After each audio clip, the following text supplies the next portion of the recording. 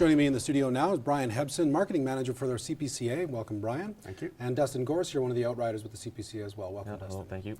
Well, let's just get right into it and start talking about the Tarp auction. We just had a pretty good total at the Calgary Stampede just last week. Tell me about what that means, what it means for those sponsors to get their names on those wagons.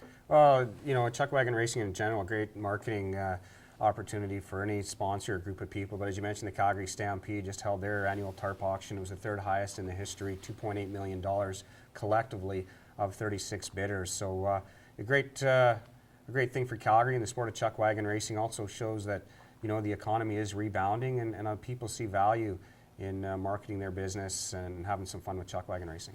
Let's talk about then the local Tarp auction that's coming up here next week. What are you expecting? What kind of turnout are you expecting, and what can people expect when they show up?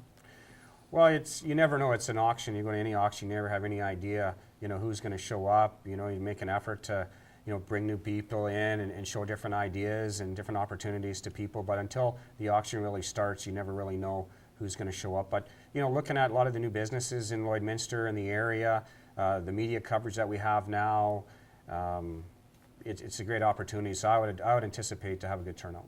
So maybe you can speak to this, Dustin. Where does that money go? When someone actually sponsors a Tarp, where does that money end up?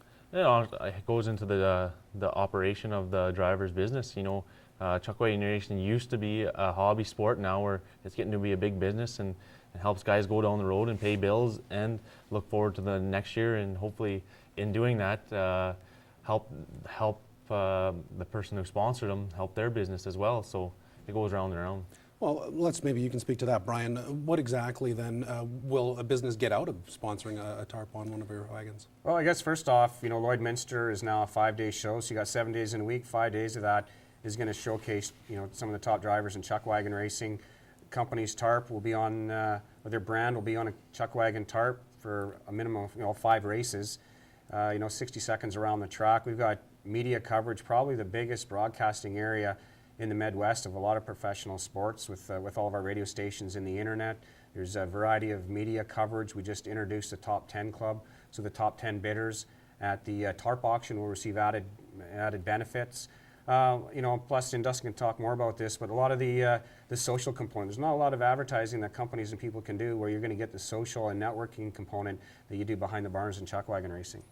Dustin, maybe you can speak to that. I mean, obviously, there's a lot that goes in behind the scenes, so maybe you can just speak to that a little bit. Yeah, there's more to chuck wagon racing than just the horn and the finish line itself. You know, in the sport, you know, by sponsoring, you get to come back to the barns, you get to see the people who take care of the horses, you get to see how we live and go down the road, and you actually get to see the horses and communicate with them, see what they do on their daily basis, and actually go down. Not too many sports where you get to sponsor and be in front of the big crowd and be able to go back and see the athletes themselves.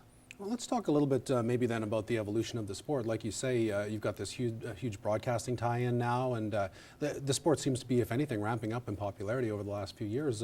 What do you attribute that to?